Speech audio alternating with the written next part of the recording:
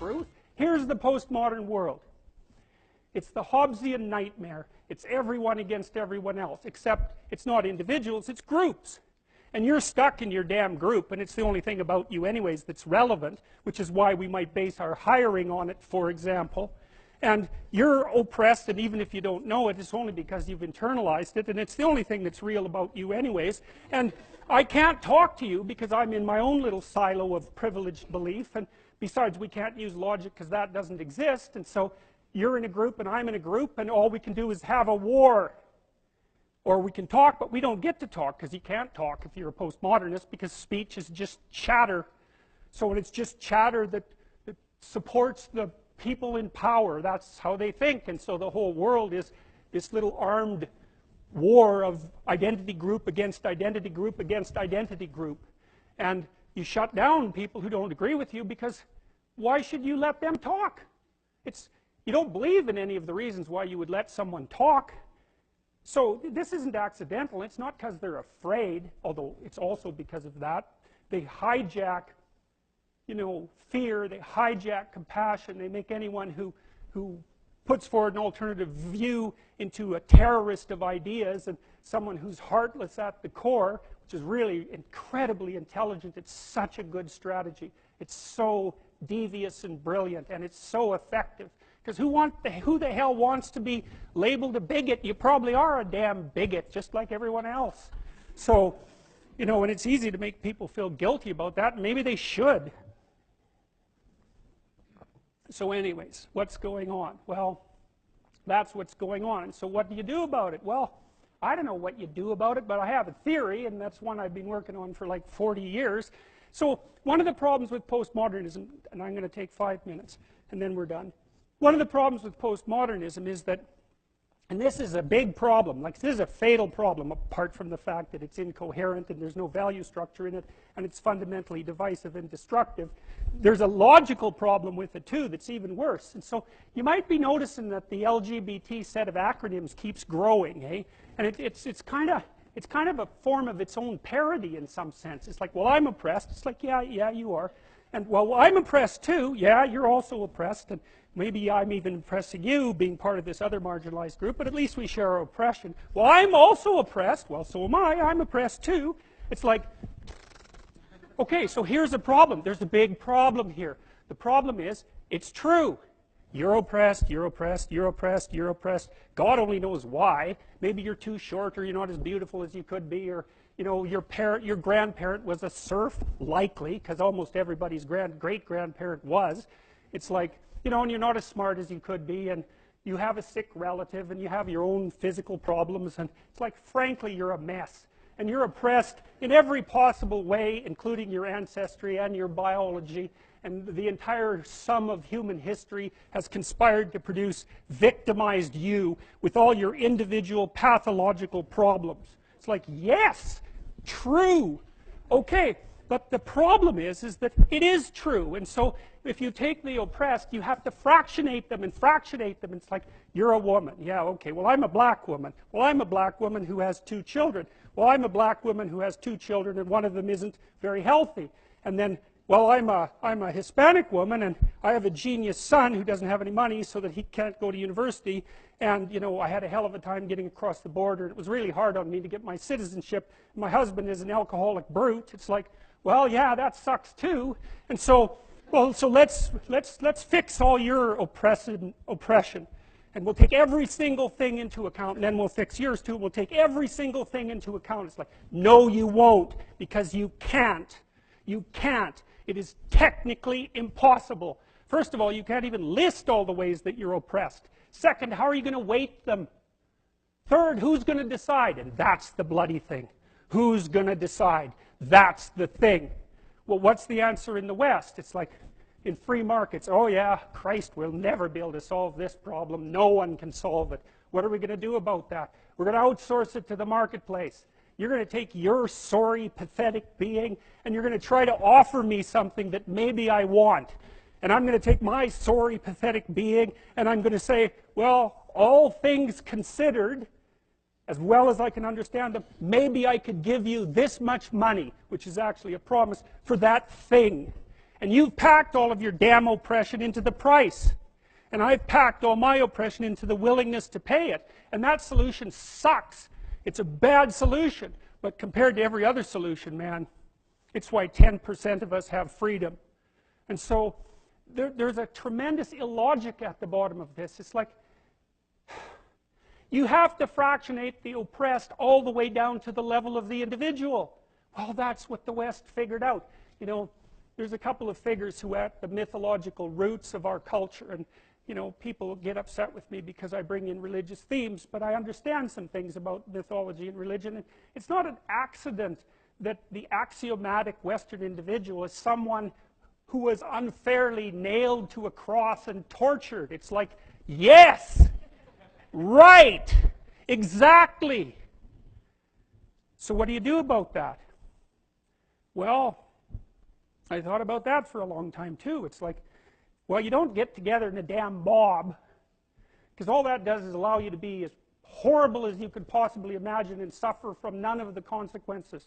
That's a bad idea. So how about we don't do that? Well, there's a deep idea in the West too. It's like, pick up your damn suffering and bear it and try to be a good person so you don't make it worse. Well, that's a truth, you know. I read a lot about the terrible things that people have done to each other. You just cannot even imagine it. It's so awful. So you don't want to be someone like that. Now, do you have a reason to be? Yes. You have lots of reasons to be. God, there's reasons to be resentful about your existence. Everyone you know is going to die. You know, you too. And there's going to be a fair bit of pain along the way, and lots of it's going to be unfair. It's like, yeah, no wonder you're resentful. It's like, act it out and see what happens. You make everything you're complaining about infinitely worse. There's this idea that hell is a bottomless pit, and that's because no matter how bad it is, some stupid son of a bitch like you could figure out a way to make it a lot worse. So you think, well, what do you do about that? Well, you accept it. That's what life is like. It's suffering. That's what the religious people have always said. Life is suffering. Yes. Well, who wants to admit that? Well, just think about it. Well, so what do you do in the face of that suffering? Try to reduce it. Start with yourself. What good are you? Get yourself together, for Christ's sake, so that when your father dies, you're not whining away in a corner and you can help plan the funeral. And you can stand up solidly so that people can rely on you. That's better. Don't be a damn victim. Of course you're a victim. Jesus, obviously. Put yourself together. And then maybe if you put yourself together, you know how to do that. You know what's wrong with you, if you'll admit it. You know there's a few things you could like polish up a little bit, that you might even be able to manage in your insufficient present condition. And so you might shine yourself up a little bit, and then your eyes will be a little more open, then you can shine yourself up a little bit more, and then maybe you could bring your family together instead of having them be the hateful, spiteful, neurotic, infighting batch that you're like doomed to spend Christmas with. So then you fix yourself up a little bit, kind of humbly, because, you know, God, you're a fixer-upper if there ever was one. And then you got to figure out, well, can you figure out how to make peace with your idiot brother? And probably not, because he's just as dumb as you, so how the hell are you going to manage that? And so then maybe you get somewhere that way, and your family's sort of functioning, and you find out, well, that kind of relieved a little bit of suffering, although it reduced the opportunities for spiteful revenge, and that's kind of a pain in the neck. And so then you get your family together a little bit, and you're a little clued in then, at least a bit, because you've done something difficult that's actually difficult. You're a little wiser, and so then maybe you could put a tentative finger out beyond the family and try to change some little thing without wrecking it. It's like, our society is complex, and we teach our students that they could just fix it. It's like, go fix a military helicopter and see how far you get with that. It's like, what are you going to do? You're like a chimp with a wrench. Whack! Oh, look, it's better. It's like, no, it's not better. Things are complicated, and to fix things is really hard. And you have to be like a golden tool to fix things, and you're not. So, and that's the other message of the West. It's like, how do you overcome the suffering of life? And I'm not saying it's only the message of the West. How do you overcome the suffering of life? Is be a better person. That's how you do it. Well, that's hard. It takes responsibility. And I think, you know, if you said to someone, you want to have a meaningful life? Everything you do matters. That's the definition of a meaningful life. But everything you do matters. So you're going to have to carry that with you. Or do you want to just forget about the whole meaning thing, and then you don't have any responsibility because who the hell cares, and you can wander through life doing whatever you want, gratifying impulsive desires for how useful that's going to be, and you're stuck in meaninglessness, but you don't have any responsibility. Which one do you want? Well, ask yourself, which one are you pursuing? And you'll find very rapidly that it isn't the majority of your soul that's pursuing the whole meaning thing, because, well, look what you have to do that. You have to take on the fact that life is suffering. You have to put yourself together in the face of that. Well, that's hard. Christ, it's amazing people can even do it. I'm stunned every day when I go outside, and it isn't a riot with everything burning. Because really, God, you talk to people, it's like, I knew this guy, he'd been in a motorcycle accident, and it really ruined him, and he was like a linesman, you know, working on the power, and he was working with someone who had Parkinson's disease, and they had complementary inadequacies, and so two of them could do the job of one person, and so they're out there fixing power lines in the freezing cold, despite the fact that one was 3/4 wrecked with a motorcycle accident, and the other one had Parkinson's. It's like, that's how our civilization works. It's like, there's all these ruined people out there, they've got problems like you can't believe. Off they go to work and do things they don't even like, and look, the lights are on. My God, it's unbelievable. It's a miracle. It's a miracle. And we're so ungrateful. College students, the postmodern types, they're so ungrateful.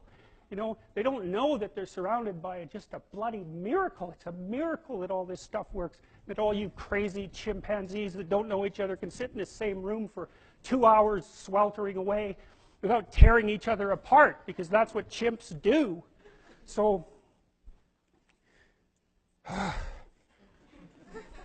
anyways, so what happened? Well, I made some videos, and I got to the bottom of some things, at least as far as I can tell, so I told you what the bottom is, and then I got this idea about what you might do about it, which isn't my idea. It's not my idea.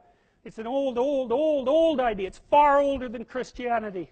It's old. It's the oldest story of mankind. Get yourself together.